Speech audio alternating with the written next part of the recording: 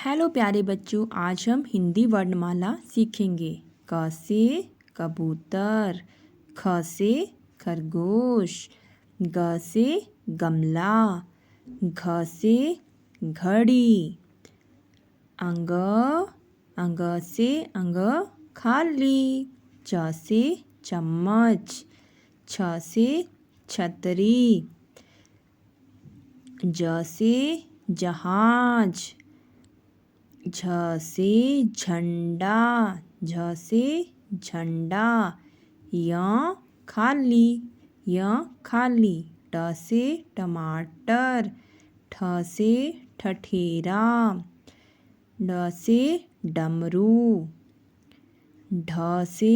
ढोलक, ण खाली, त से तरबूज, थ से थर्मस,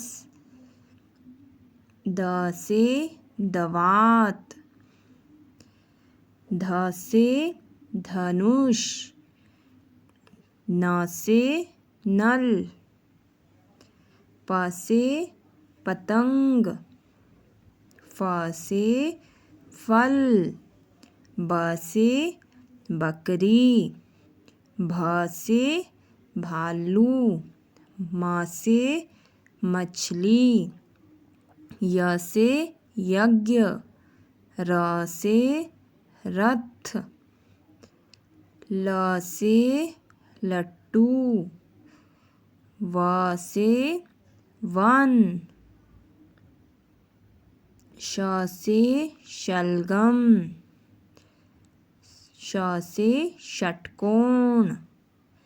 स से साइकिल, ह से हाथी,